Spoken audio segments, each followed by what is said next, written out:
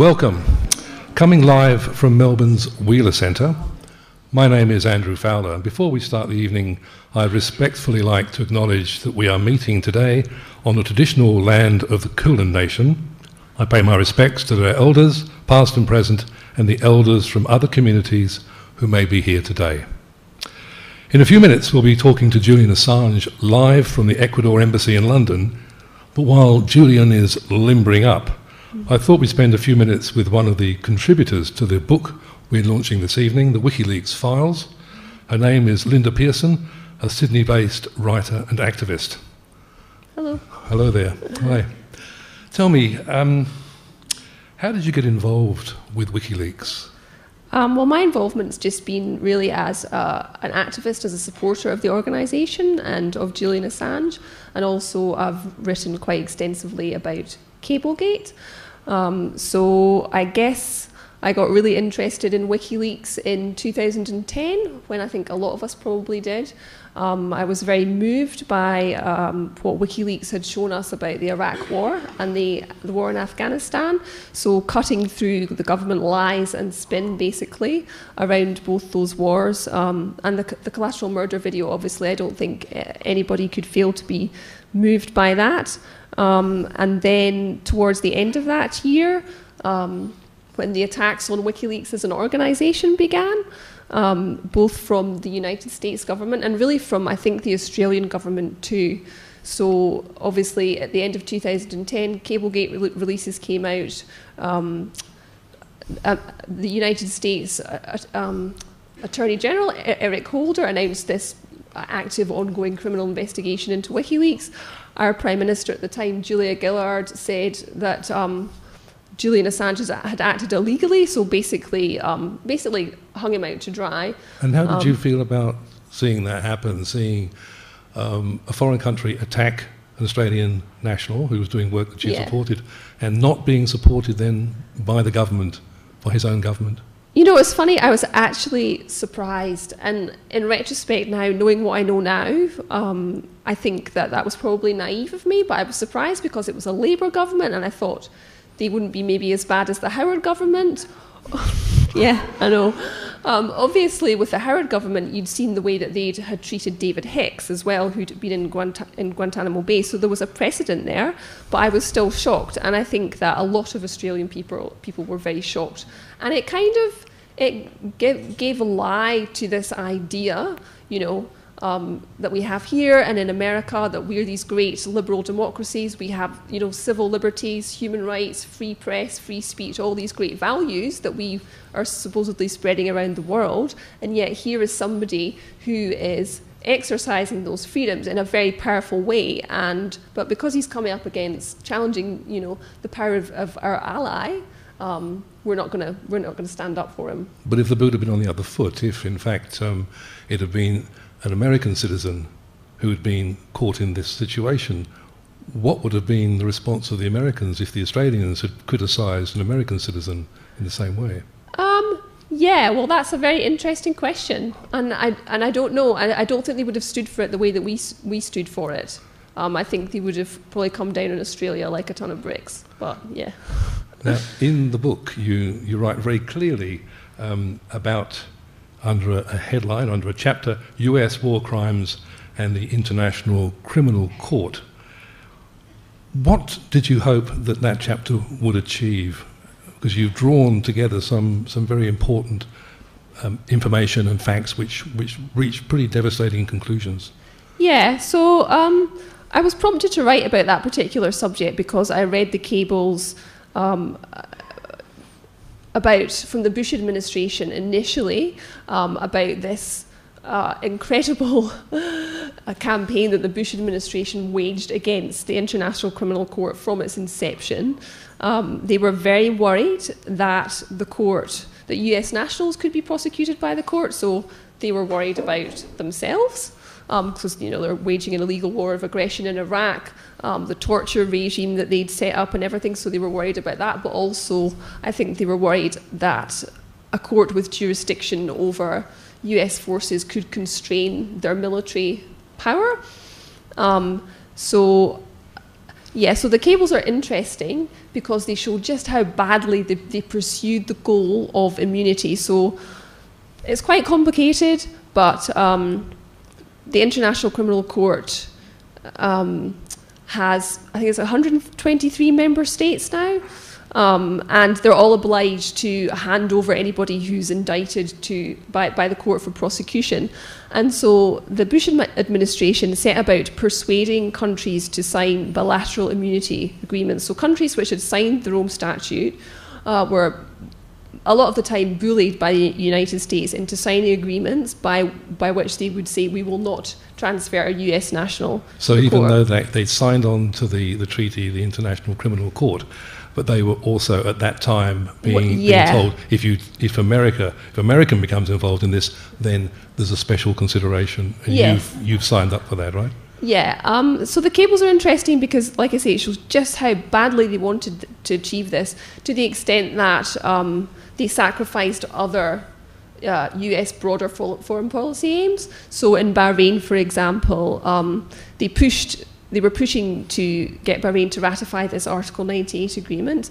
And what is that? What is the Article 8 agreement? Sorry, Article 98 is the article of the statute which talks about existing agreements between countries. So it's probably too complicated to go into in the time that we've got, but Article 98 agreement is the same as a bilateral immunity agreement.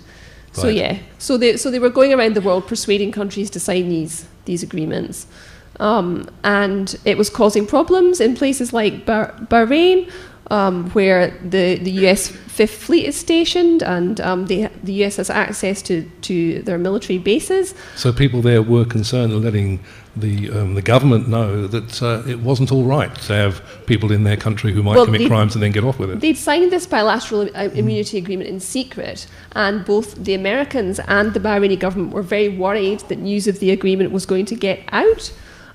They were worried that it was going to cause, I quote, a political explosion in Bahrain, because this was at the time of the Iraq War. The Abu Ghraib pictures had just come out as well. So the idea of giving US forces immunity from the International Court was very unpopular. It was unpopular in most places. And so you see in some diplomatic missions, you see the diplomats there pushing back against Washington.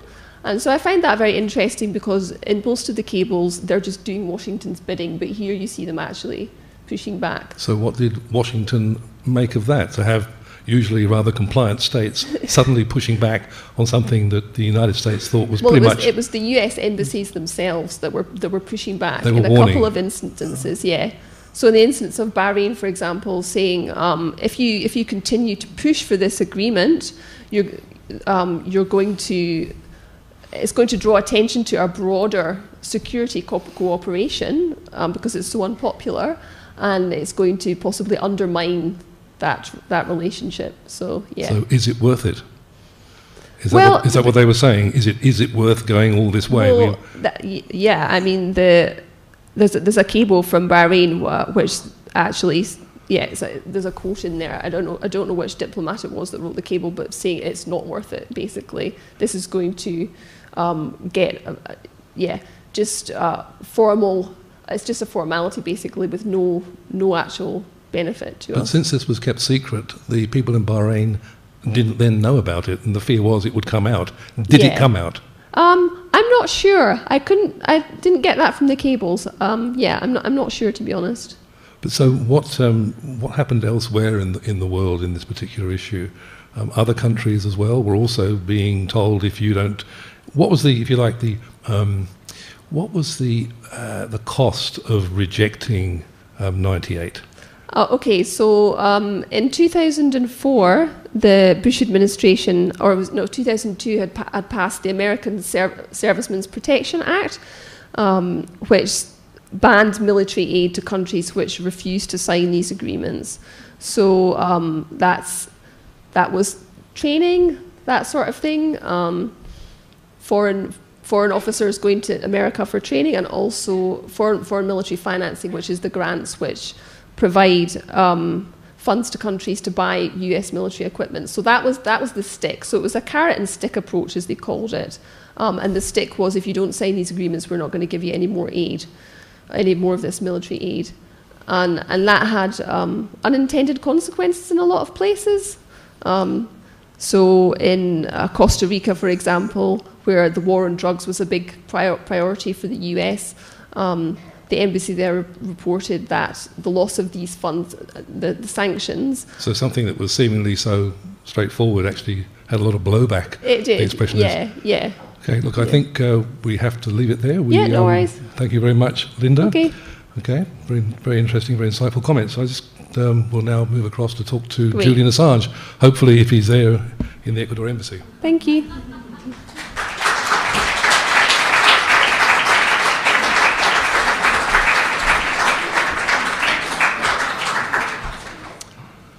Hello, Julian. I can hear you, Andrew. I can see a room of about 120 people. I'm not sure if it's only the left or the right. I think you've got more than 120 there, Julian. I think you've got about, well, maybe 250, I thought. Very good turnout in your old town. Yeah, it's nice to see. In fact, it's not very far from where I first met you. I remember all those years ago. Yeah, I was hiding in a university graduate house, I think.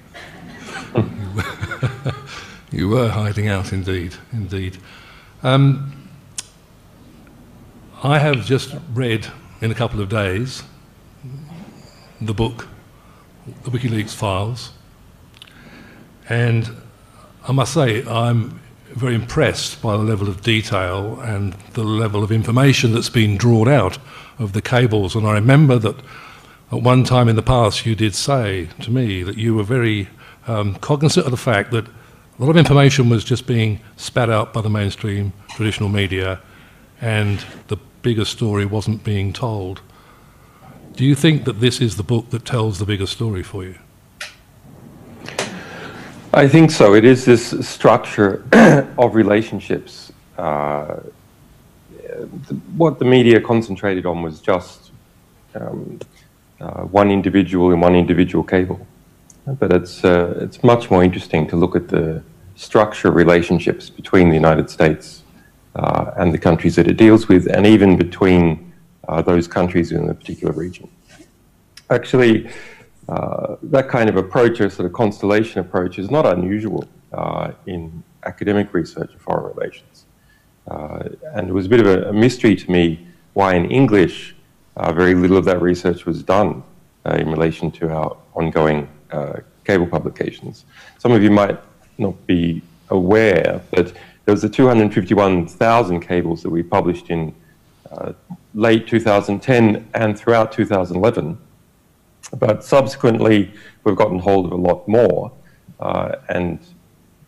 including 500,000 this year, bringing the total up to 2.7 million. That's 30,000 volumes of internal state literature, 2 billion words, and that is overwhelmingly the largest library of modern foreign relations that exists. So it is the corpus for the study of international relations, and it's used every day.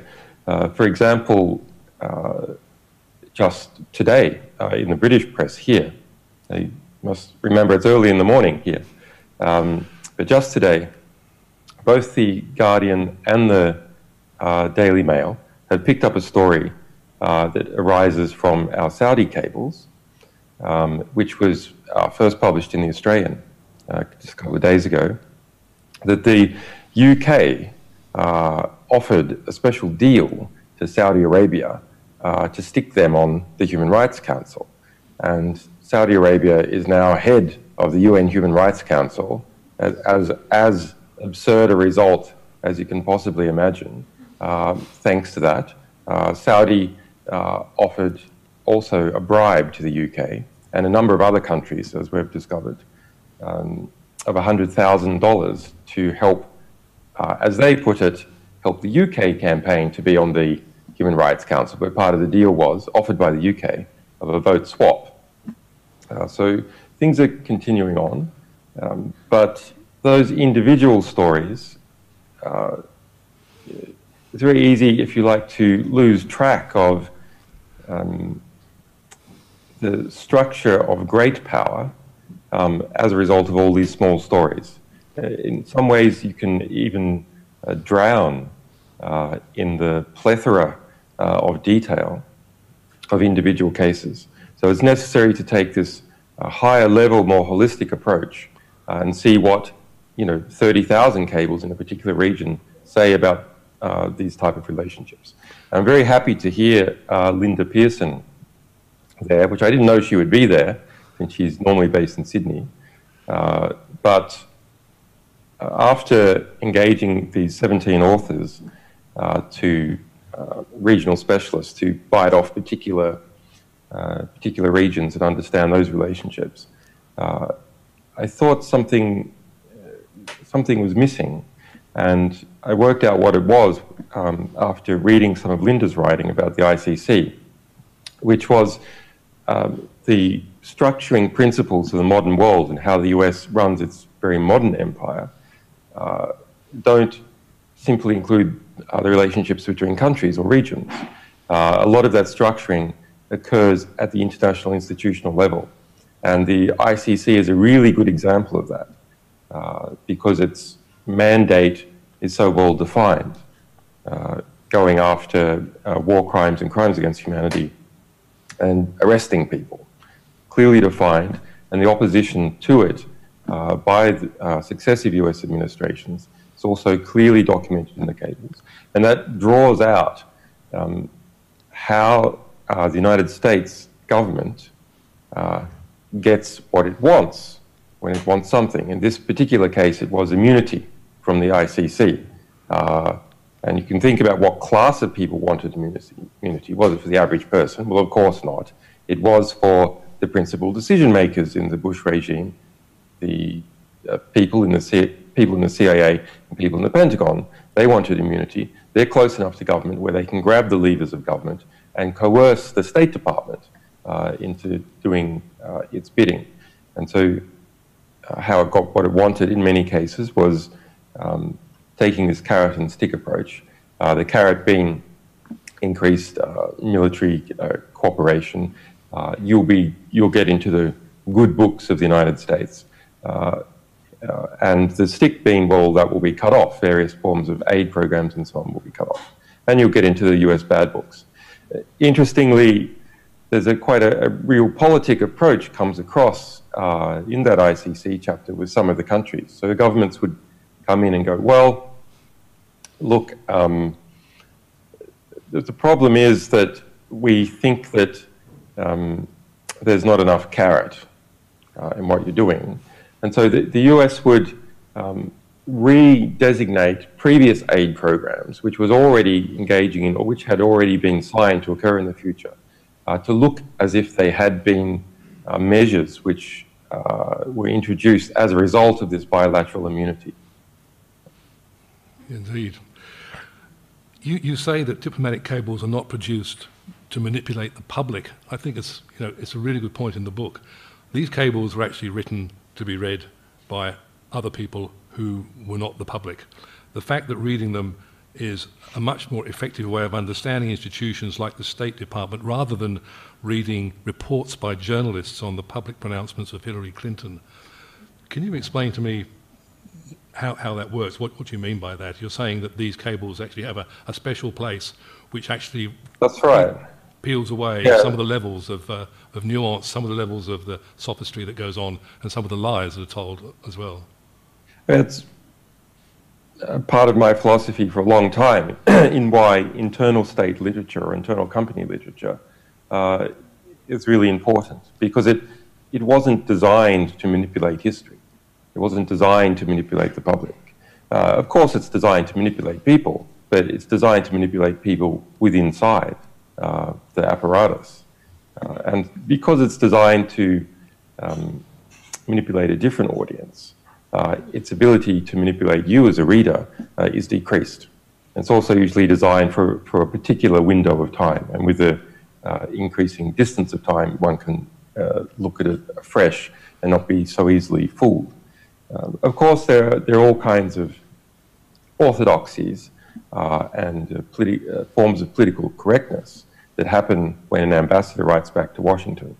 An ambassador wants to stand out for the right reasons and not the wrong reasons, and cables are written along those lines.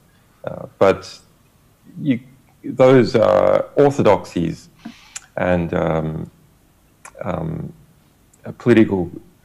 diplomatic political correctness of the day are themselves quite interesting and really quite recognizable for an outsider or with the perspective of time. Let me ask you this.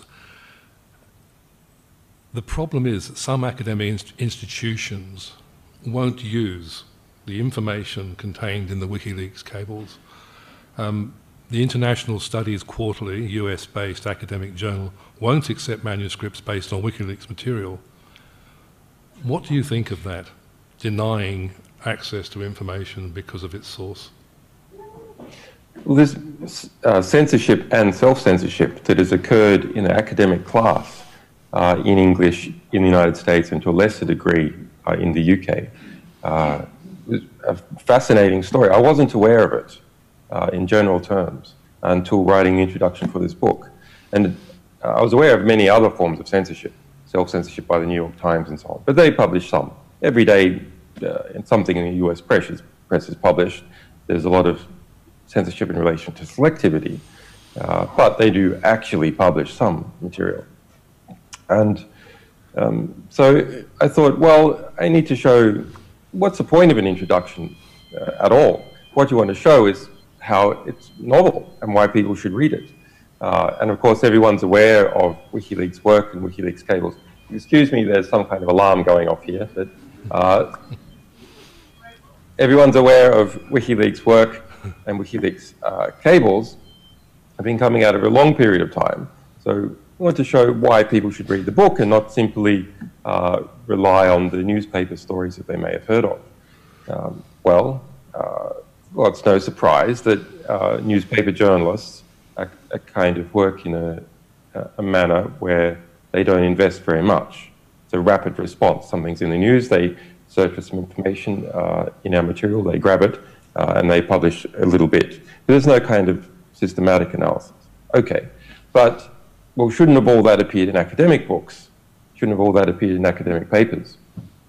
And so there's academic search engines such as scholar.google.com, which search court filings and academic records. There's about 30,000 papers and court filings derived from WikiLeaks. For example, at the European Court of International Rights, a famous El Masri case, which considered the kidnapping of a German citizen, El Masri, by the CIA, case of mistaken identity, held for over 4 months, tortured, and then dumped on the streets of Albania. 6 of our cables are cited in his successful European Human Rights Court case against Macedonia. Lots of things like that occurring. Lots of sightings in academic literature in Asian languages, in Asian language journals. Lots of citations in Spanish language journals. Many citations in English language journals, even journals based in the United States, even written by US authors outside the field of international relations. For example, in conflict epidemiology, where the war logs have become one of the defining data sets, defining corpuses to experiment on in understanding how a conflict progresses and looking at it like a disease spreading across a population. But not foreign relations. It didn't make any sense. It didn't make any sense because how is it that other US journals feel that they are legally safe enough to publish papers written by US academics, just as long as they're not in the field of foreign relations? And so we looked into this, and it's quite an interesting story that you see in the introduction of the US government emailing every single US government, about 30 million people, every single US government employee, every single US government contractor, saying you must delete any stories derived from WikiLeaks or from WikiLeaks in your machine, setting up firewalls of quite Byzantine types across the Department of Education and others, leading to a sort of neo-McCarthyist hysteria, which dissipated from other academic disciplines over time, but is still there in the field of foreign relations and international politics.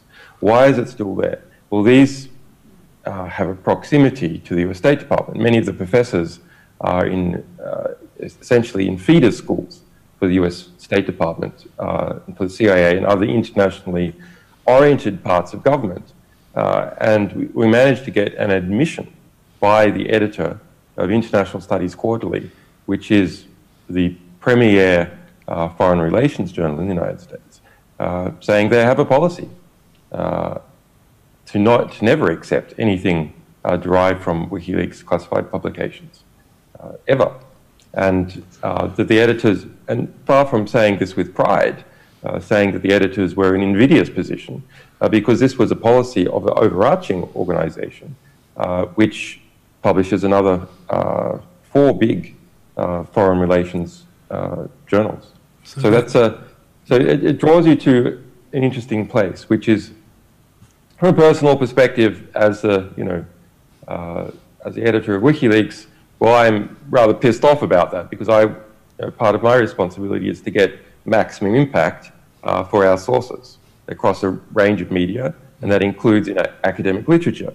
But it's not just about WikiLeaks. Obviously, the same self-censorship and censorship that occurs in the scholar class is not just affecting us, because the reasons for it are not just about us.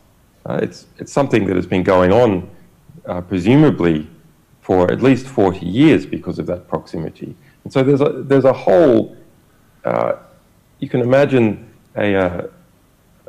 as we go through history, academics build up a surface of papers which study the world and study how foreign relations and international politics has actually occurred and derive theories from it.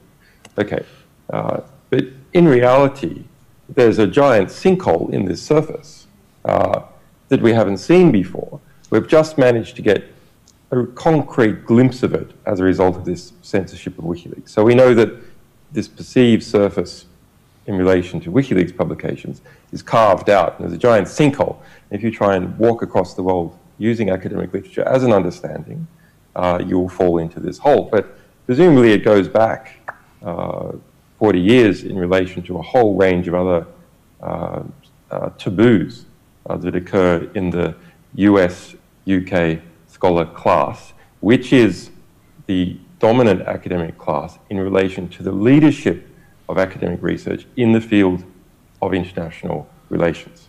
And what the WikiLeaks cables do, in part and largely at times, is to undercut a lot of the theories and the analysis that's been done by people who've built their careers on these ideas. Yeah, this debate is ongoing. The introductory chapter was picked up by by a member of the ISQ, by a member of the ISA, International Studies Association, which interestingly, in DC terms, is felt to be fairly left. Anyway, it was picked up by someone, academic close to Washington, who writes for Washington Post, as in a kind of preemptive defense of it, then started a debate. And as a result of that, a number of people in think tanks in DC came forward and said, yes, in our think tank, we censor WikiLeaks cables. And I've had to self-censor, and I know people who have self-censored. And we have a fear of not getting government jobs because our security clearance classification review might eliminate them, or we will lose our security clearance, and so on. So there's a patronage system in terms of money flow for jobs. Part of an ingredient of that is security clearances. So we had to write this book as an alternate. Now, there have actually been books, decent books written in Spanish, Italian, Russision, but not before in English. Very, very, very interesting that you know, that English is it's a bigger market. The cables are very accessible in English because they're written in English. So we had to do it ourselves. Well, maybe you've touched on a point there that in fact it is it's an English cartel of information sharing organisations that that actually have had, I suppose, at one level, the executive government the most to lose, although the population may be the most to win. But if I could just ask you this, look, if we delve into the cables, what comes through is the language. It's changed, or it's used in a way to suit political argument. Is it simply black or white? People are either good guys or bad guys. Who's a terrorist? Who's fighting a just war? Waterboarding, in fact, is it a torture, or has it become an enhanced interrogation technique? Political prisoners or enemy combatants? Is this language necessary just to justify the actions that follow? Well, I think it's necessary in terms of cables because they're not meant for the public. It's necessary for internal cohesion. I mean, no organization, including the US State Department, wants to feel that its mission is basically immoral. No one wants to feel that. Now, so they use the language to cover their own. So they use a euphemistic language. For example, states which attempt to keep control of their own resources and extract rents for foreign companies, big giant oil companies like Chevron coming in and taking those resources. That's described by the US State Department fairly uniformly as resource nationalism, rather than, say, basic sovereignty or people trying to keep their economy afloat. And you see that kind of euphemistic language throughout the cables. Because some of it resonates with public language, because some of it is taken from the public, some of it is then pushed into the public, not through cables, but through statements by the public statements by the State Department. You do have to be a little bit careful, but it's fairly obvious stuff once you put it in context. Interestingly, if we extend outside the cables, and this book, I suppose I should hold it up. There are in fact books for sale at the back of the auditorium here after this session's over. You'll be glad to know. It does, it's what we would call in the intelligence world, it is an all-source intelligence book. That means, yes, the dominant archive is our 2.7 million cable archive, but it does actually source, at least the best chapters do, source across WikiLeaks' general archive, which is more than 10 million documents now, from a wide variety of other places. And I'll give you an example of one of those, which is what I think is the single most significant document that we have released. It is the US Manual for Unconventional Warfare. It's active policy doctrine even now. It was created in 2008. It's the doctrine for US Special Forces for when they are overthrowing a government. So there's another one we also released called Foreign Internal Defense. That's when you're trying to support a government with US Special Forces from being overthrown. This is how to overthrow a foreign government in order to achieve US policy objectives. And there is an absence of that euphemistic language. It is like it is written by the evil Noam Chomsky. So the same kind of description of the US state that Noam Chomsky would give, but this is what we do, and that's what you must do. And that talks about the elements of US national power. And when the US government wants to achieve a particular objective, bringing together all the elements of US national power, the intelligence element of US national power, the diplomatic element of US national power, the commercial element of US national power, the law enforcement element of US national power, the informational element of US national power, and the financial element of US national power, and pulling them all together in a seven-way pincer maneuver to force a government or people into doing something. And that includes US special forces. So this is written for elite intellectual soldiers who work using surrogate forces. So they don't just go into a country and shoot guns. They go into a country, find allies against the government, train them up, ideologically indoctrinate them, organize them, give them supply lines, and help them take down the government. And a key aspect of that is the Department of State and US embassies. And special forces teams are led, in a formal sense, by the US ambassador in that particular country if there is diplomatic relations occurring. Of course, the problem that the United States and other governments have is that if they bring their children up to be decent, honest, truthful people, and they want that of their children, when they then go out into the world and learn that the government, as Edward Snowden did, was not behaving in the way that he thought was appropriate, thought was in breach of the American Constitution. As a constitutionalist, he actually pointed that out. Do you think that that is part of the conundrum that particularly the United States has got when people like Snowden and Manning come out and say, well, this is nonsense, what we're seeing, these are lies that are being told, this is an illegal war and I want no part of it, and that you won't be able to stop that? In other words, no matter how many highly trained guerrilla fighters you've got going in there blasting people away or assassinating people, if you can't solve that major problem of being truthful and of you like distorting the truth, that people will turn against it. And that there will be more people, yes, more people like you, more people like Ed Snowden, more people like Manning. As to why we have received more information from US whistleblowers than from other whistleblowers. But we have from around 100 countries. So it's not like there aren't others in other countries, but in terms of sheer proportions, okay. Well, number one, we're an English-based organization, so it's going to be dominant English. The United States is the largest English-speaking country. Yeah, but also the United States is an English-speaking country, and it's the English-speaking countries that unite in this intelligence sharing arrangement the most powerful. Yeah, and we shouldn't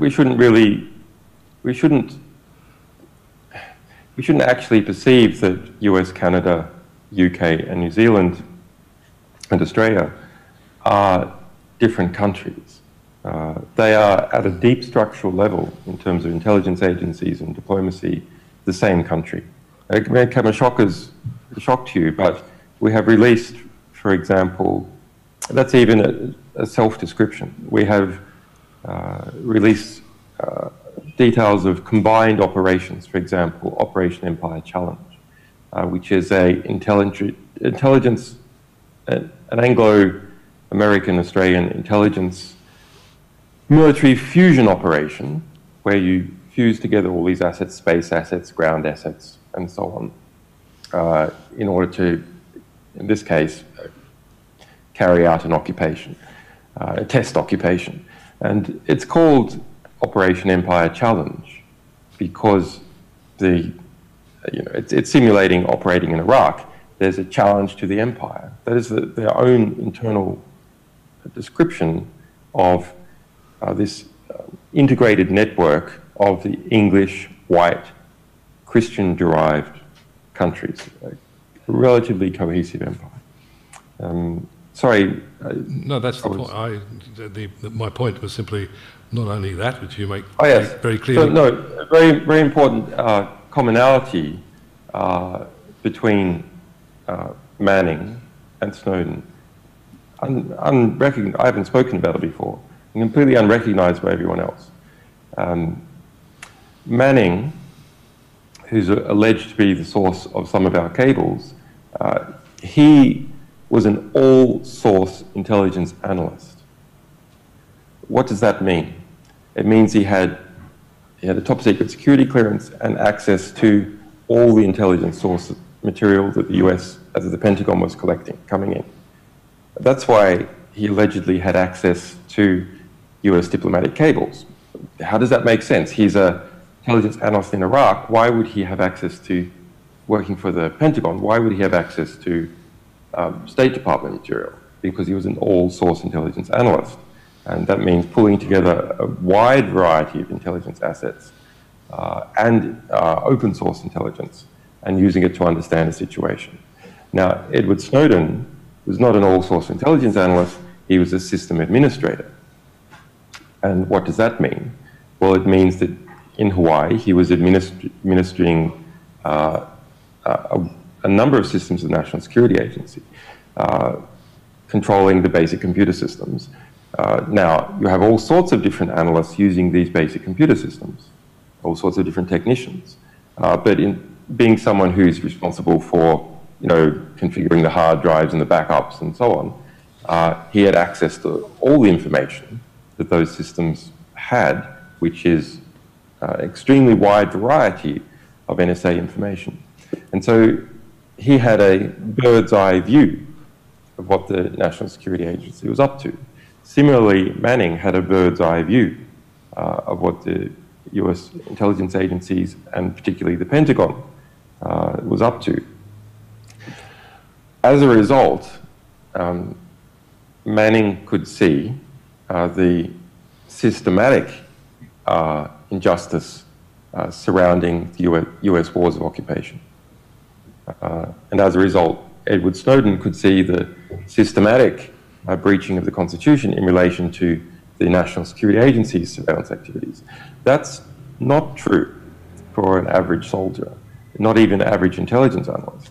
That's not true for an average employee of the National Security Agency, who are normally very compartmentalized.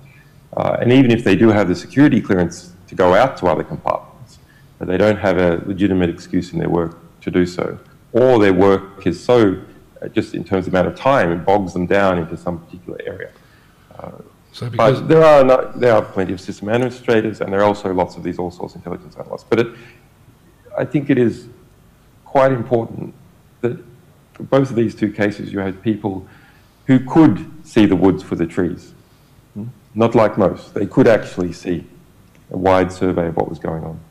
And this is because they were given access to that material as a result of what supposedly happened in 9/11, when the silos apparently were too rigid and... Yeah, that was the policy that came up after 9/11. A policy had been pushed by one of my friends, John Perry Barlow, who started the EFF and who co-started the Freedom of Press Foundation with me in the US. And we were horrified about, but it was to remove these silos, the competition between the FBI and the CIA and so on, who were jealous competing institutions. That was a terrible thing to do, to remove that silo, because it really is, that's what keeps the state honest, is that various actors have bargaining power within the state, organizations, individuals, unions, etc.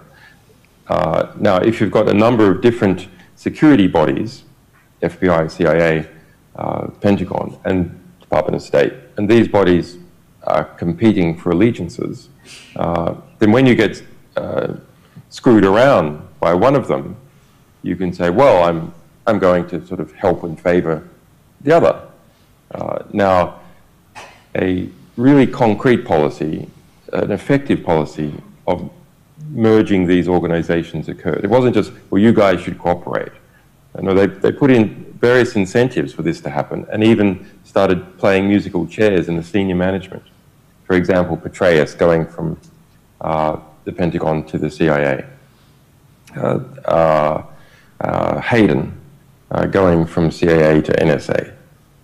So it's that started to merge those organizations. For the State Department, its budget was moved under the general national security budget. An extraordinary thing for what was an independent point of diplomatic power in the United States to be moved in under the security budget. Same thing with USAID, the US National Aid Program, also moved in under the security budget.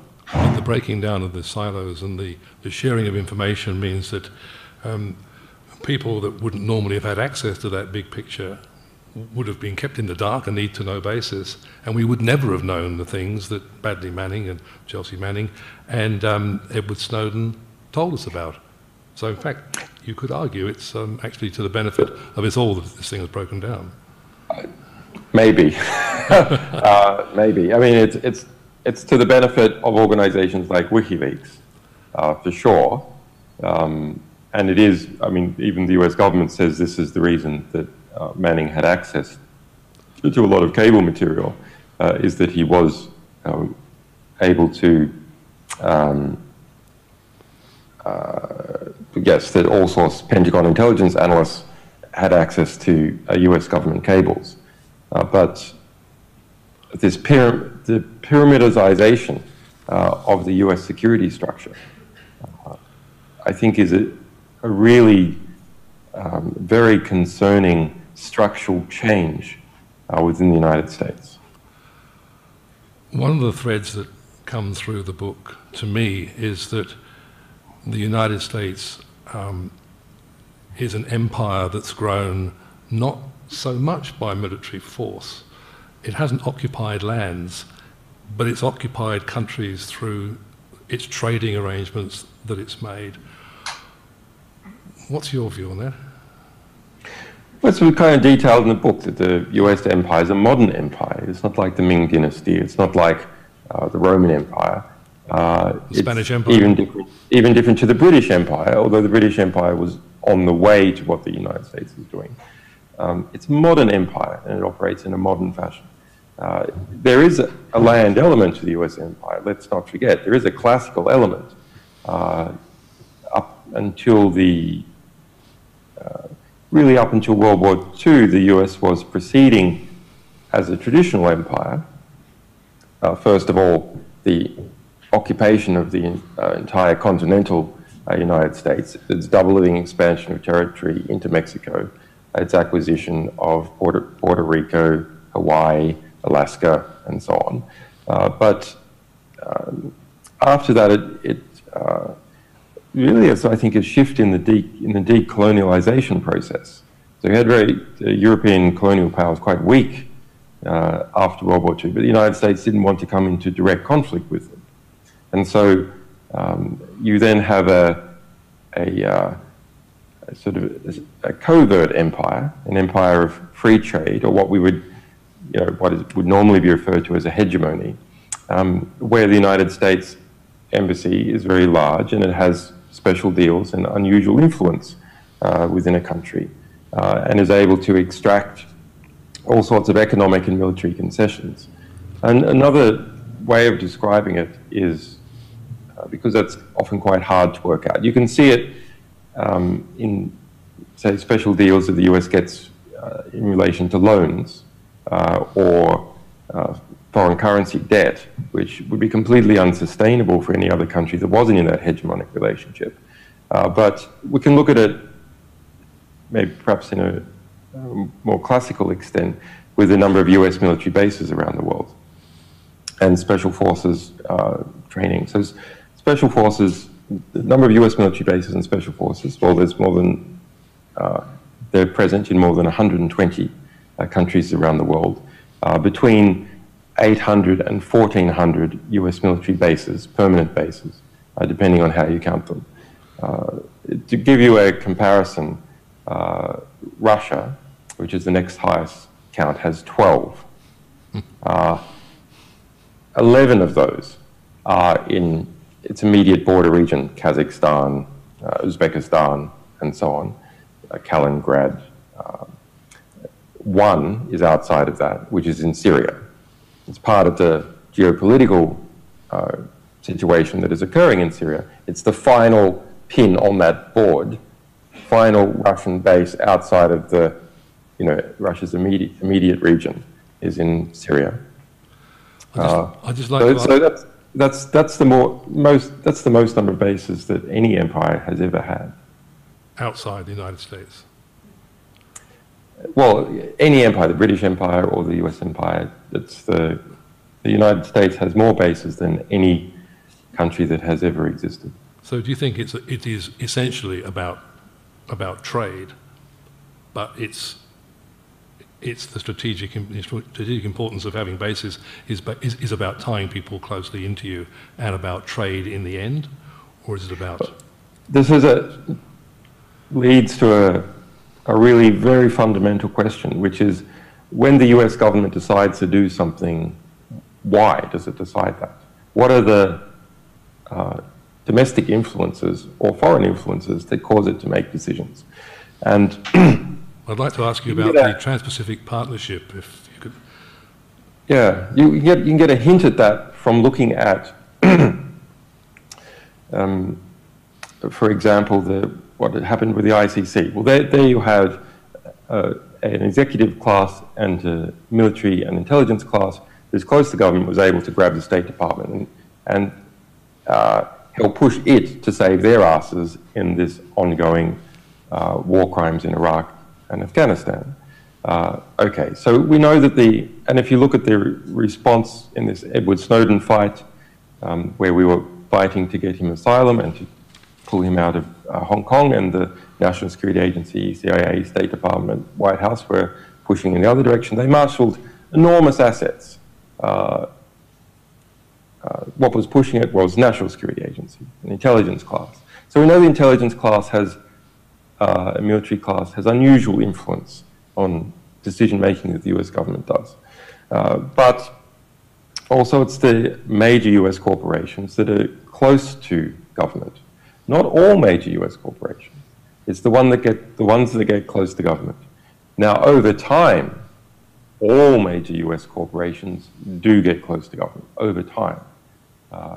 The Google is right now in this transition period, where it's trying very hard to get close to government, and government is trying to get close to it. So that those major corporations are probably the single largest factor when trying to understand why the US government makes decisions. But there are also major institutions, such as the CIA, NSA, and so on. So the Trans-Pacific Partnership fits into that quite closely? Yeah, I mean, there's been a lot of press recently. Right now, the TPP is being negotiated in Atlanta. Might be signed tomorrow. It's quite a. So what is the difference then between quite important time? But we look at the difference between the TPP, Trans-Pacific Partnership, and the trade deal with China.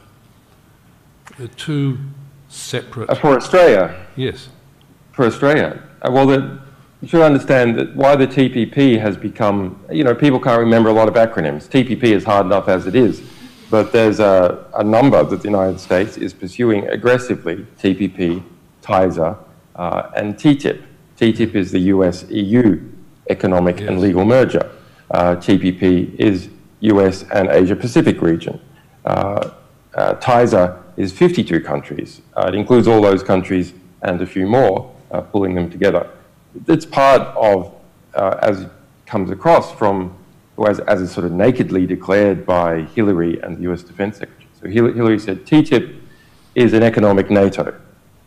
That's a direct quote from Hilary from 2012.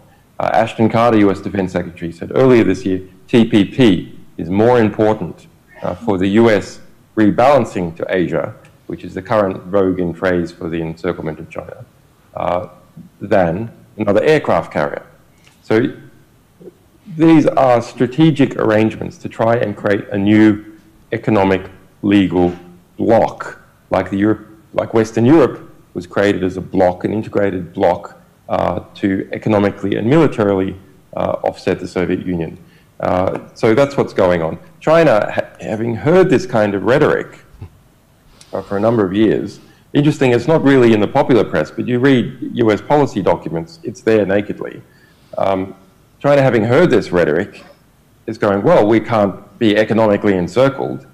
We have to kind of start doing similar arrangements, trying to create these arrangements in the Asia-Pacific region. Otherwise, we're going to be locked out at what the United States is doing, and the Silk Road and so on. So for Australia, why they're at a economic sector by economic sector basis, there might be all sorts of problems for Australia in relation to Australian China Free Trade Agreement. No doubt there are, in terms of regulation and so on. That's very clearly the case in the TPP, which is much more invasive. But it's important for Australia, if it is going to go with both of these agreements, I think it should really try and extract many more concessions in relation to TPP, because that is a very invasive program that will really restrict the future development of Australian society for years to come. That it has a balance. It has bargaining power. It can play these agreements off each other. It can play these economic sectors off each other. It's only through a country and a people and organisations having bargaining power that you get treated fairly.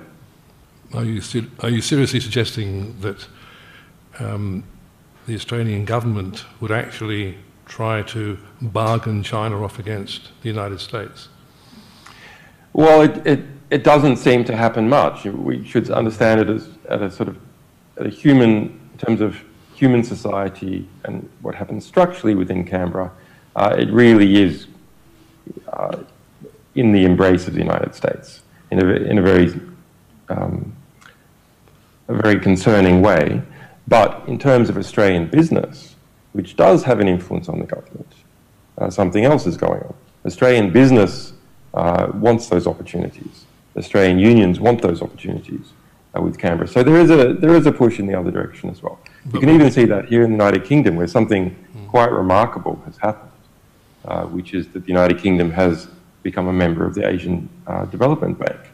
And now it is possible, and the US has made some complaints about that, it is possible that's all a bit of a surface fiction, and that the US wants its man inside the Asian Development Bank to report back on what is happening. That's definitely the case in relation to the EU, for example, where the US very much wants the UK as part of the EU and has nakedly stated it's in order to have its influence via the UK in the EU. Maybe, I guess it's possible, I don't know, it is possible in relation to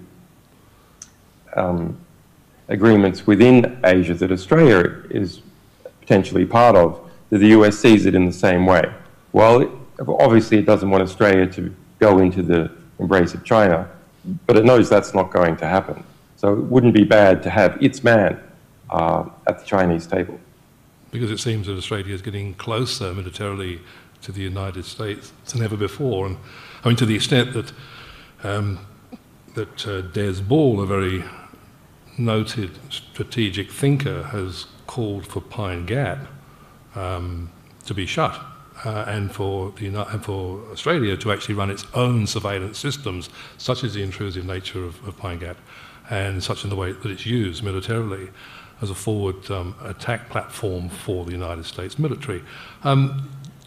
Just to ask you this question, which is something that occupies people in this country very much, do you think that security, day-to-day security, using telephones, using email, is there any way to avoid surveillance at all? But for the average person, not really, using electronic communications. I mean, there's things you can do to make things harder, but unless you're an expert or have access to an expert, and even then, most of these are not guaranteed. Most of them are quite impractical. Yeah, you need expert advice, or to be an expert. So my suggestion is for journalists. I was asked this question last night, actually. It's a lot like our electronic voting. Security systems, programs you might install that say that you're going to encrypt your communications, for example. How do you know that they work? How do you know that they're not completely bogus and they're actually designed to suck out the good meat by having those people who are concerned about security install them? How do you know that they haven't been backdoored, not through the intent of the author, because the author has been hacked by the National Security Agency? It's impossible for a normal person to assess. They're just like electronic voting machines are impossible for a normal person to assess. They can be made in a secure way, but how do you know? And so that's why ballot boxes are good, because you can see the ballot going into the box, and you have a range of people there counting the ballots. So in terms of how journalists deal with their sources, the average journalist has got to proceed in a manner which they can personally assess is secure. And that is not meeting the source in the street somewhere at a cafe. That's not the right approach. It has no cover. You need cover. And cover is, for example, this very meeting, where there's a reasonable excuse for many people to turn up who are interested in this subject, and they can rub shoulders together. That's the appropriate form of cover that journalists and sources need to interact with each other, and they can do it in person. So in other words, you go back to the way that people spoke to each other before we had the internet and even the telephone. That's right, before the telephone. Post is still not bad. But, you know, I mean, you need to be careful about CCTV cameras and so on, and DNA tracers, etc. But most of that you can assess yourself. Now, Julian, you've been in the embassy now for more than 3 years. What is the state now of the Swedish government's decision? What have they decided to do? Are they coming to talk to you or not? Well, it's interesting that you phrase the question that way. That's part of the propaganda war against WikiLeaks. The big case that we have spent the most amount of time on, the most amount of money on, and the other side has spent vastly the most amount of money on, is the US case. Pending prosecution, stated as such in court in the US earlier this year, involving over 100,000 pages of material in that pending prosecution that they say is active, ongoing, etc. That's the big case, where they've flown FBI agents around the world.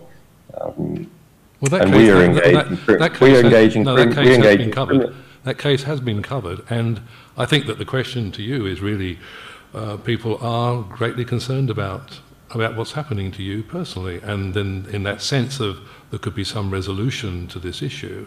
That's the good spirit in which it's asked. The UK has said, regardless, the current state of affairs in relation to the Swedish case, which I don't think people necessarily should even call a case, it's formally a, quote, preliminary investigation, unquote. I have not been charged. I have been previously cleared in the entire matter. Look, I think people are very aware of they're very aware, Julian, of what's gone on in the past, and and there's a lot of sympathy for you in this country. I just asked you that if you could brief us on the latest stages. Well, the UK says that they'll arrest me anyway, regardless of what happens in Sweden. So, but you ask about Sweden. There has been no developments in terms of the, quote, preliminary investigation in 5 years. Nothing. Nothing at all. And that's a part of why the Swedish courts have said that the government has breached its duty in not pursuing the matter properly, not providing an excuse for why it's engaged in this stasis. There's a negotiation that is happening now between the governments of Ecuador and the government of Sweden as to should they make some agreement that will cover something or other, but it's a bit hard to understand diplomatic parameters. Everyone's saying there wouldn't be such agreement until next year. We're quite annoyed by that whole process because it gridlocks the domestic legal courts, really, because, if you like, the big boys are decking it out internationally, and the courts won't want to tread on the toes of an ongoing negotiation. So everything in Sweden is essentially in stasis for, I don't know, for a year while that diplomatic process occurs. What is happening at the UN is more significant. The UN Working Group on Arbitrary Detention is a judicial body within the UN, and its panel of 5 judges have been deciding and investigating for the last year as to whether I am arbitrarily detained or not. It's the only question that that judicial body answers. Is someone arbitrarily detained, or are they not arbitrarily detained? The question about arbitrary detention, two components. Are they detained? And if so, is the detention arbitrary? So the UK government and the Swedish government say that I'm not even detained. That's their first argument. And that if I am detained, then it is not arbitrary. We say, well, all case precedent is that if someone is, the definition of detention has to do with a spectrum relating to freedom of movement. And there's plenty of cases of people being detained in airports trying to apply for asylum. People being trapped in airports trying to apply for asylum. They're always free to go to a very limited number of countries, back to the country they came from, that they say is persecuting them, and those people are detained. That is established European jurisprudence. The situation for me here in terms of precedent is much better in that there has been a formal finding by a state in its formal process that yes, that I am a refugee, and so I have been awarded asylum as having been found to be a refugee, political refugee. So we're very confident that the UN will come out and say that I am arbitrarily detained, but there are all sorts of political pressures on that body, and presumably it needs to feel completely confident that it can handle all those political pressures. So there has been, the case has gone on for rather a long time within the UN, and it makes it quite difficult because if you try and go to other international forum, for example, European Court on Human Rights, there's a risk, and there's precedent on this, that the European Court of Human Rights will say that, well, this has been, in the process of being judged, the basic case, the basic question is in the process of being judged by another international tribunal, and therefore we're not going to hear it until the other international tribunal has finished hearing it. It's the same with mechanisms such as the UNHRC, which is accessible by something called the ICCPR. People in the Wheeler Centre might have heard of that, but it's basically an appeal mechanism that as individual one can take, not through the UK, who does not recognise individual appeals, but Sweden has, and that a state, in this case Ecuador, could push to the UNHRC. But really, these mechanisms need the UN Working Group on Arbitrary Detention to have made a decision. We're going to take some questions in a couple of minutes, Julian, but I'd just like to ask you the last question. In the years that you've been confined to the embassy, it seems to have been a very productive period for you. You seem to have turned out, I mean, as opposed to stopping you in your work, it just seems to have got more and more and more. Is that how you feel it? Well, that's sheer bloody-mindedness on my part and the part of the other WikiLeaks staff to, well, I mean, screw them. We're not going to allow this to send out a general deterrent in relation to publishing. We want to set the opposite. We want to create a general incentive. Look, even if they do this to you, the standard is you keep going.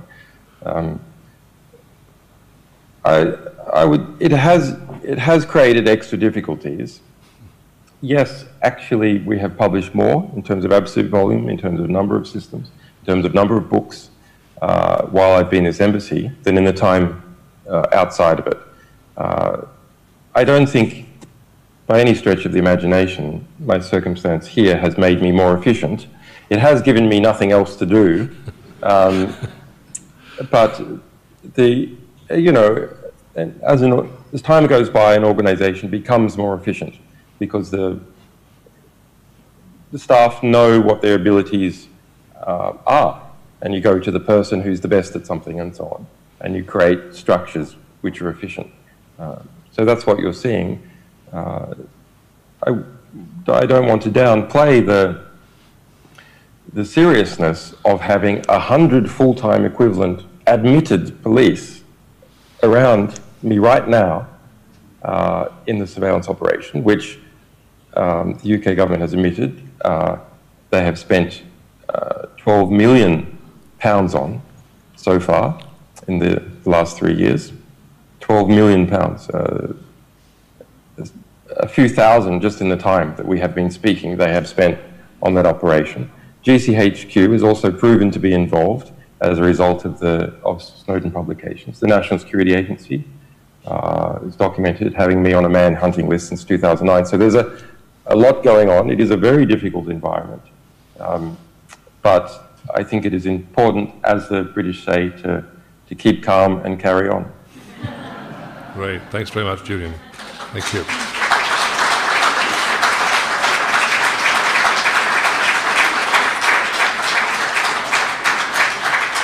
I want to give you a bit of the flavour Wait of... for the questions now. There's been really quite interesting political developments in this country with the election of Corbyn as Labour leader. Corbyn in 2011 stood up before the UK Parliament and said, I'll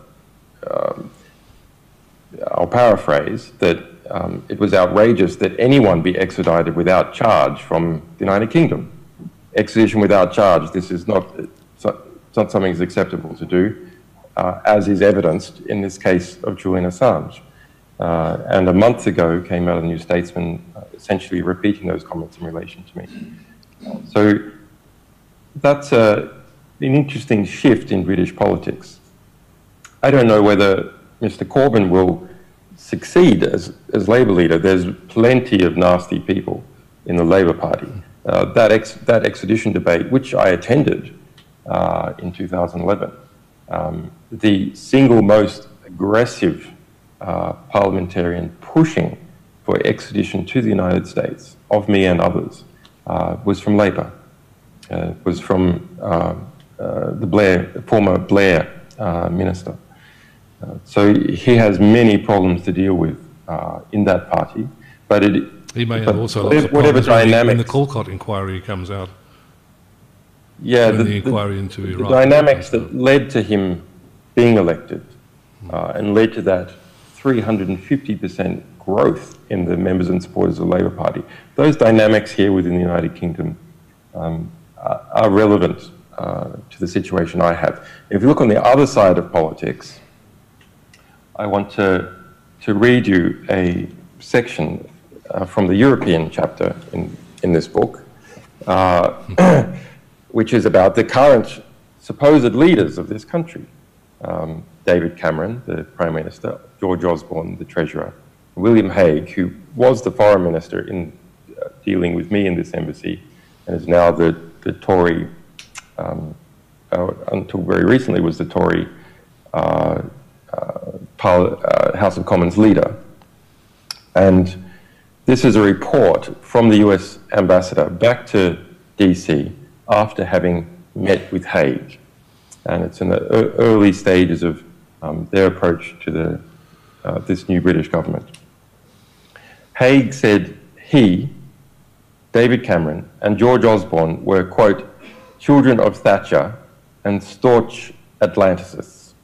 For his part, said Hague, he has a sister who is American, spends his own vacations in America, and like many similar to him, considers America, quote, the other country to turn to. Asking his senior advisor her views, she said, this is Hague's senior advisor, America is the essential country. Hague said, and this is relevant to Corbyn, Hague said, whoever enters 10 Downing Street as Prime Minister soon learns of the essential nature of the relationship with the United States. He added, quote, we want a pro-American regime. We need it. The world needs it. I mean, what an incredible suck. What a sycophant. Pretty mega. A mega or what a glad handler. What a obvious manipulator of the American ambassador. And he's a smart guy. You know, he's a smart, experienced guy. He does this because he knows he needs to do that. Why would that be expected of the forthcoming British government? Why is it necessary for Hague to make these statements? Surely there's all sorts of things to speak about with the US ambassador. Is it really necessary to so conspicuously lick the navel of the US ambassador? Well, you have to assume that it is, because Hague is an intelligent man, and he's not going to waste his time doing something that's not important. Well, there was a story published in the British news recently, I'm sure you're aware of it, which quoted an unnamed military source saying that there would be a coup or worse to that effect if Corbyn were elected. Now there was I said that just a few days before, actually, and I was rather surprised to be vindicated within a few days. So are you the source? Are you the source of this story? Well, I hate to think that that sitting general heard what I was saying and went, "Oh well, it's perfectly acceptable to say Assange is saying it." But no, that's my understanding of what the reality is. Not that there's guaranteed to be a coup against Corbyn. I didn't say that, and neither did that sitting general. It's that if he has the policies of decreasing the relationship with NATO and scrapping Trident, then that's what's going to happen. And the sitting general quite remarkably and really very disturbingly came out and said that there would be a quote mutiny, unquote, resignations, and that by, quote, fair means or foul, unquote, that the UK military would take action to have him removed. And under different circumstances, there would be an inquiry. I would have thought the Daily Mail may have been calling for an inquiry and heads on platters with a statement like that, but there's been, from my understanding, absolutely no response whatsoever. Well, not only has there not been an inquiry, there has been a consideration of whether there should be an inquiry and a refusal to conduct an inquiry with the excuse from the Ministry of Defence that, and you know, journalists will laugh at this, that it would be too hard to find out which general it was. There's 100, so that's a good start. There's only 100 of these guys, and you just look at the telephone records and who's been visiting that journalist or speaking to them and who was overseas, who was in London around that time period. I reckon it'd be pretty easy to get it down to 5, just using that kind of analysis. We do have a question from the audience, I think. We do. Hi, Julian. This question actually comes via Twitter from Andrew Bock. And he asks, how do Australians best help your release and also address surveillance issues in Australia? Well, the best way of addressing the surveillance issues in Australia is to campaign for my release, I think. Because then I could come to Australia and campaign on the issue. Well, I think it is really hard. I'm going to say something that my fellow anti-surveillance activists will hate, which is, it is a lost cause. The pace at which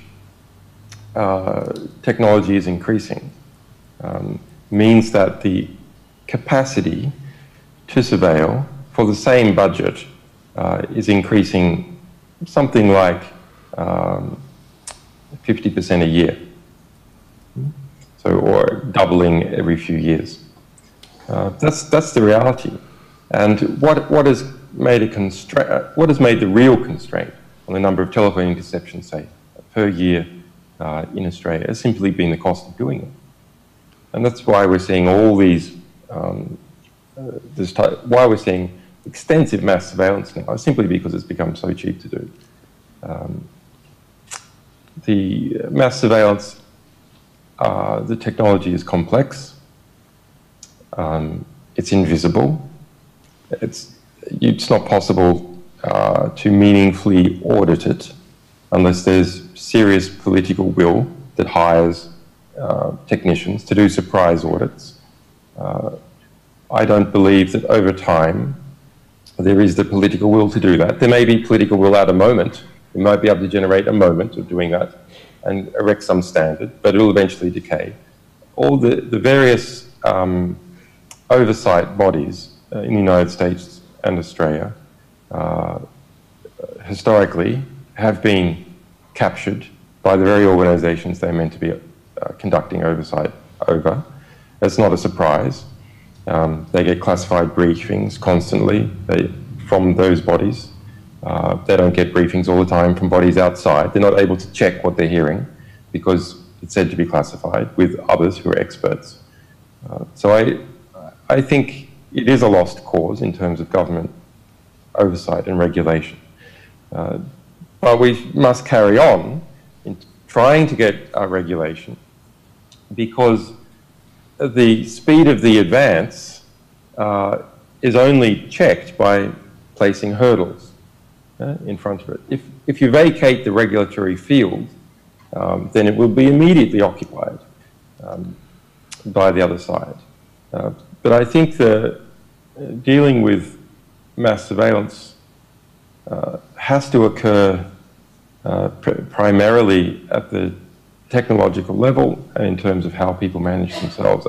The Australian government is so embedded within the Five Eyes alliance and seems to be becoming ever more so that I think it is a lost cause.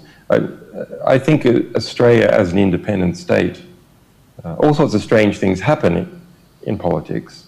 For example, we'd never expect this election of Corbyn, but as far as can be predicted, I think Australia is a lost cause as a sovereign state. The reason is this.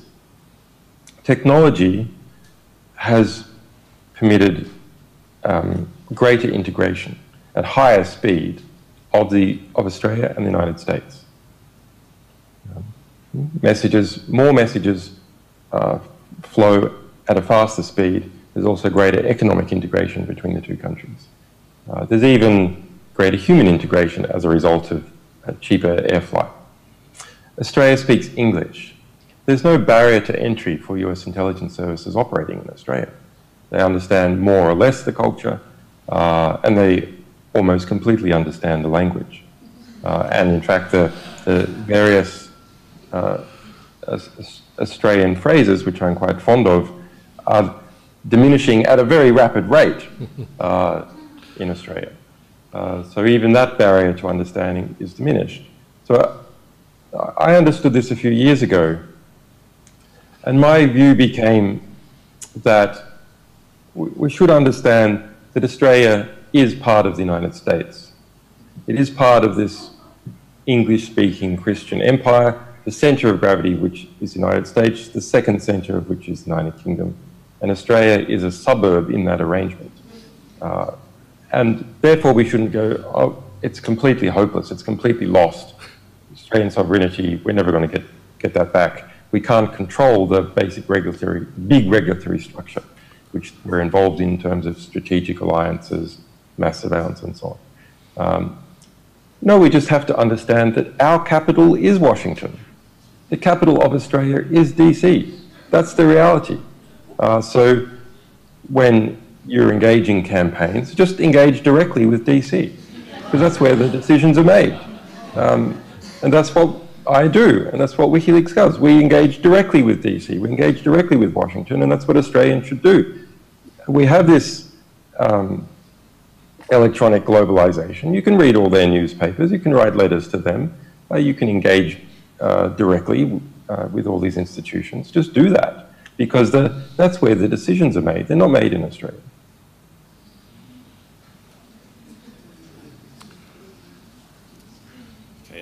Thank you for taking my question, Julian. The Australian government should, in my opinion, be required by law to use every available legal means to get any of its citizens who are faced with unjust, indefinite imprisonment and worse, as in your case. Clearly, neither the federal government nor the Victorian state Labor government have done a thing, have lifted a finger to end your persecution and get you back to Australia. I mean, they should demand that the British government escort you to the airport, put you on a plane back to Australia. They haven't done a thing. They haven't even raised your name in Parliament anywhere. Now, do you think that this should be raised as an election issue? I would like to see every Labor, Liberal candidate, every minor party candidate asked, you know, what will they do to stop one of our citizens who has blown the whistle, who has told us the truth about the terrible wars in Iraq and Syria and elsewhere? What are they going to do to see that you're not thrown into jail like Chelsea Manning is? Thank you. Well, thanks for that. Well, yes, the Australian government has done nothing. It has done nothing for years. Let's talk about, I mean, there's been just remarkable spin. This is not true for me, by the way. This is true for any Australian who gets into problems overseas where Canberra is trying to ingratiate itself with that government. Australia is notorious in the rest of the world for abandoning its citizens, not just me. Now, it does do more in certain, it does respond to the Australian public and the Australian media, and its degree of response is in proportion to the degree with which it feels it might be a problem in responding. In my case, because of this desire to constantly never offend the United States and to suck up to its structures, there has been complete abandonment. Now, the Australian public doesn't like that.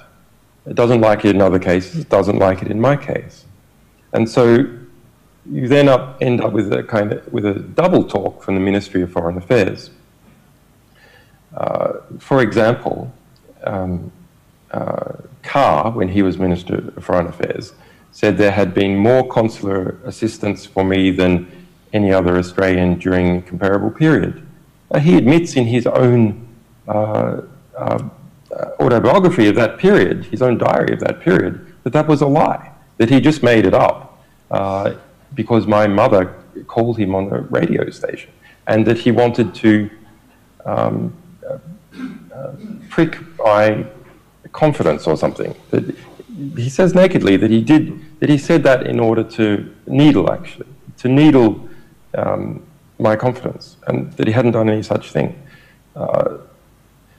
There was a figure put out that there had been something like 81 consular contacts. When we heard this, me and my legal team and people around me, we just laughed and laughed and laughed. Because the only time we ever saw Australian consular officials was once when I was in prison, after enormous pressure in Australia. They sent someone in and they gave me a notepad.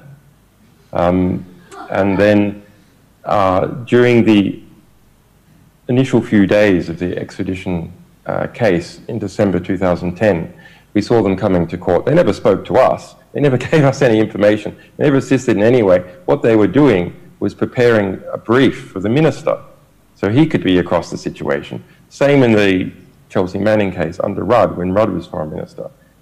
They secretly sent people from the Australian mission to Washington, D.C. to the Chelsea Manning case to create briefing notes for the minister. But they never sent us any of that material, legal analysis or observations.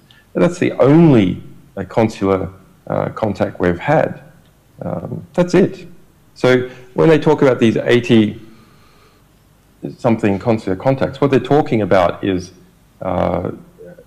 one of our people sends an SMS message saying, can the Australian government do this? And they send back an SMS message saying, well, we would need to meet about that. We're considering it. No. Each one of these SMS messages is a, quote, consular contact, even setting up a meeting which never happens. And there hasn't even been one of those for several years.